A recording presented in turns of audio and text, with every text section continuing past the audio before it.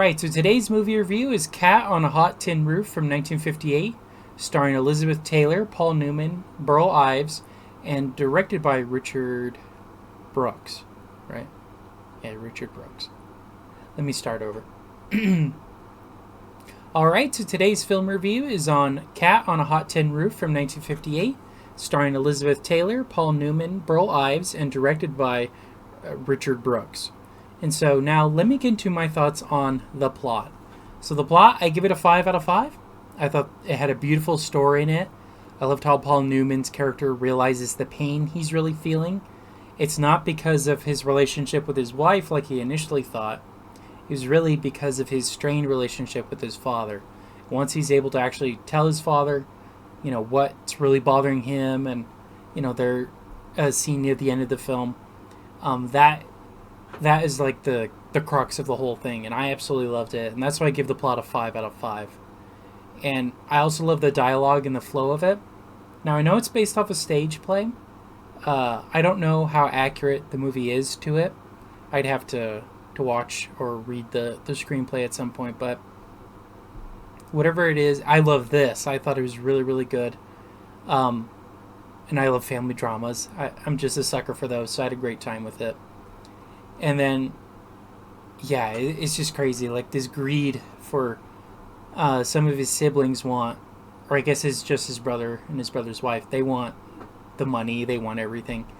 And Paul Newman couldn't care less. He just wants his father to recognize him and care about him. So it's a very beautiful story. I think a lot of people could relate to it. Family drama, family dynamics. This is a great film. I gave the plot a 5 out of 5. Alright, let's move on to the acting. So the acting, I also gave it a 5 out of 5. I thought it was excellent. The three pictured here, so you got Burl Ives, you got Elizabeth Taylor, and Paul Newman. I thought they were fantastic. Especially the final, I would say, few minutes or so where Paul Newman finally breaks and tells his dad, I don't care about this stuff. I want you to just care about me. I love that. That really got to me. And I thought Burl Ives was great as kind of the cold, like, don't you care about the stuff I bought? I did all this for you. Like, he was great as that. I thought Elizabeth Taylor was great too.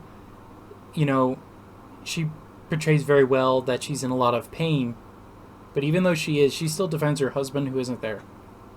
And I thought that was great. All around, a great cast. Those three in particular made it a 5 out of 5 for me. Okay, let's move on to directing. So this was directed by Richard Brooks.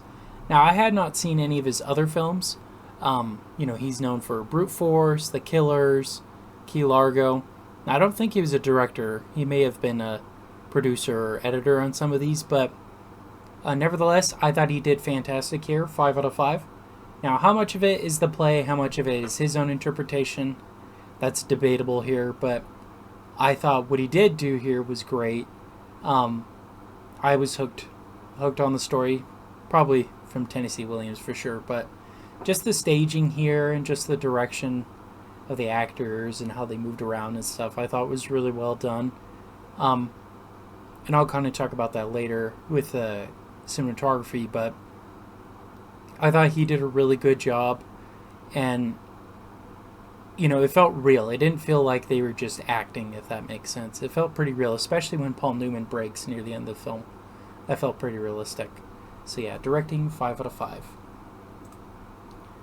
Alright, for cinematography and special effects, I gave it a 4 out of 5. I know it's based off a stage play, and nothing against that at all. There's just nothing groundbreaking here. There's no crazy camera angles. There's nothing new or interesting like that. It's pretty generic, but nonetheless still looks really good. I gave it a 4 out of 5. They were definitely in a real house, or at very least a set that looked like a house. Yeah, I thought it looked good. 4 out of 5. Okay, in regards to music, same thing, 4 out of 5. There's not too much of it, but there is music at the opening sequence that kind of sets the tone. It sounds a little happy, but also a little depressed at the same time. I thought it was really good. It really set the tone. I was a huge fan of it. But there isn't music throughout. it kind of does feel like a stage play in that aspect too. There wasn't a whole lot of music that is in the background like you would see in like a Casablanca or something like that. But nonetheless, I still liked it. 4 out of 5.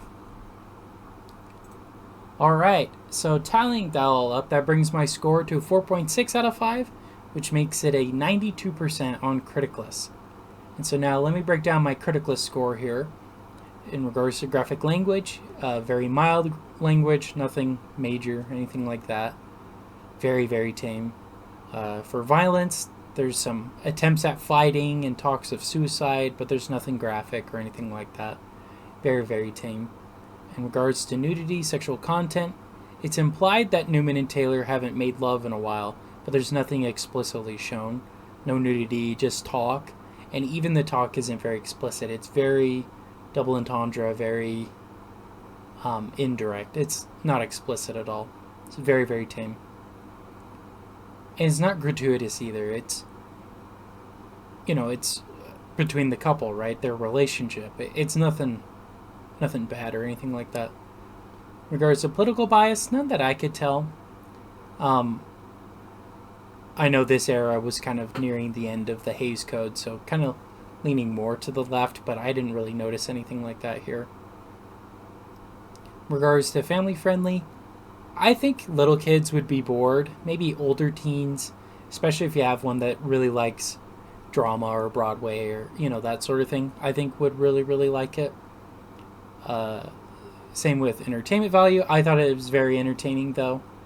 I really wanted to see how it would end. I get really invested in these kind of dramas, and this one really, really intrigued me. Alright. And so, overall, would I recommend this movie? Absolutely. I love the cast. Burl Ives, Elizabeth Taylor, Paul Newman are all fantastic in their respective roles and work really well together. I thought it was a great film. It's made me interested in checking out the play. It made me wish that we kind of had more Broadway plays like this, where it's more of just like a family drama and not just another musical of an already existing intellectual property. I would dare someone in Hollywood or Broadway to make a story like this, where you just have to depend on the actors, and that's it. Not on visual effects, not on being an existing property, but something like this. And I know there's films like that out there. It's just hard to find them. You have to actively look and find them. They're definitely not mainstream. Alright, but those are my thoughts overall on Cat on a Hot Tin Roof from 1958, and that concludes today's movie review.